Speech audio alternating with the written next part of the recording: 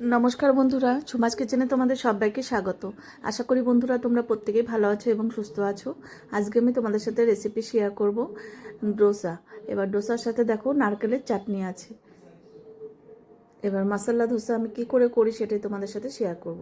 এখন আগের দিন রাতে এই ভাতের যে চাল আমরা খেয়ে থাকি সেই চাল আর বিউলির ডাল ভিজিয়ে রেখেছিলাম রাতে, আর অল্প মেথি দিয়েছিলাম, হাফ চামচের মতো মেথি। এবার চাল ডালটাকে খুব ভালো করে ধুতে হবে, দেখো কতটা নোংরা আছে। আর এখানে কতগুলো আলু ছুলে নিয়েছি, আলুগুলোকে সেদ্ধ করে নেব।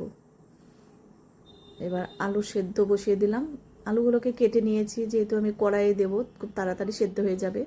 প্রেশার কুকারে দিলে গোটা গোটা আলুই দিয়ে দিতে পারবে। এবার দেখো চাল ডাল ভালো করে ধুয়ে নিয়েছি, এবার গ্রাইন্ডারে জারি দিয়ে পেস্ট করে নেব।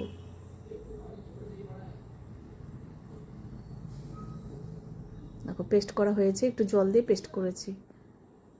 এবার দেখো আলু সেদ্ধ হয়ে গেছে, এবার আলুগুলো নামিয়ে নেব। এবার তেল দিয়েছি, তেলের মধ্যে দুটো শুকনো লঙ্কা ফোড়নে দিয়েছি, আর দিলাম কারি পাতা, হাফ চামচের মতন সর্ষে, সাদা সর্ষে।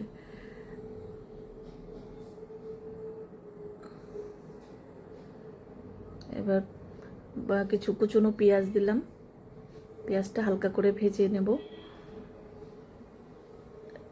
পরিমাণ বুঝে নুন দিলাম, আলুতে একটু নুন ছিল সেজন্য অল্প নুন দিলাম।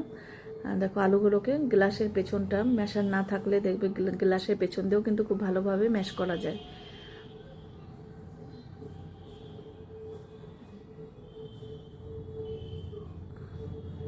এবার দেখো পেঁয়াজ ভাজা হয়ে গেছে, এবার আলু দিয়ে দেব। ভীষণ সুন্দর একটা রেসিপি, হেলদি রেসিপি ডোসা। তোমাদের যদি ভালো লাগে অবশ্যই একবার হলো ট্রাই করতে পারো, যদি না করে থাকো। এবার দেখো একটু হলুদ দিয়ে দিলাম। এবার খুব ভালো করে এটা কষিয়ে নিতে হবে আলুটাকে। তোমরা যদি সুন্দর সুন্দর রেসিপি পেতে চাও আমার ইউটিউব চ্যানেলটি অবশ্যই সাবস্ক্রাইব করে রেখো, আর যদি ফেসবুক থেকে দেখো পেজটিকে ফলো করো, তাহলে আমি যখনই যা নিত্য নতুন ভিডিও আপলোড করব নোটিফিকেশন তোমাদের কাছে সঙ্গে সঙ্গে পৌঁছে যাবে। দেখো আলু কিন্তু একদম রেডি।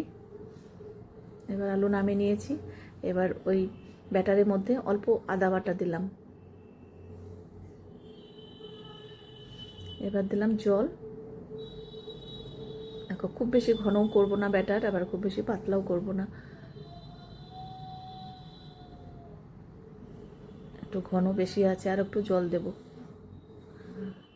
এবার দেখো তাওয়ার মধ্যে একটু তেল ব্রাশ করে দিলাম, সাদা তেল।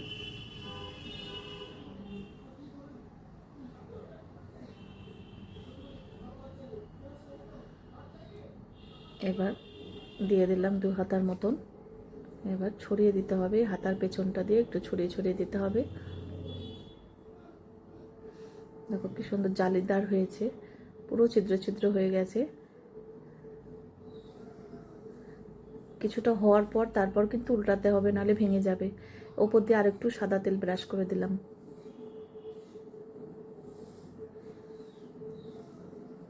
মশলা ধোসা করতে গেলে কিন্তু অনেক ভিডিওটা লম্বা হয়ে যায়, তোমরা একটু কষ্ট করে দেখে নিও। আর নারকেলের চাটনি আছে সাথে, কিন্তু সেটা আর ভিডিওতে দেখায়নি। নারকেলের চাটনিটা আমি এমনি করেছি, ভিডিও করেছি, অন্যদিন তোমাদের সাথে শেয়ার করব। এবার অপর পাশটা উল্টে দিয়ে একটু ভেজে নিলাম ডোসাটা। এবার আলু দিয়ে দিলাম।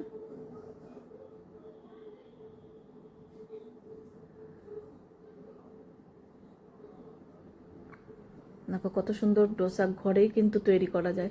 সব সময় কিন্তু কিনে খেতেও যে যাওয়াটা সম্ভব হয়ে ওঠে না। দেখো ঘরে করলে দেখবে কত সুন্দর, সবাই খুশি হয়ে যাবে, বাড়ির সবাই। দেখো তোমাদের কাছে কেমন লাগলো অবশ্যই জানিও। দেখো সাথে আছে নারকেলের চাটনি। আজকে তাহলে আমি এখানেই রাখছি, এরপরের দিন আবার হাজির হয়ে যাব। টাটা।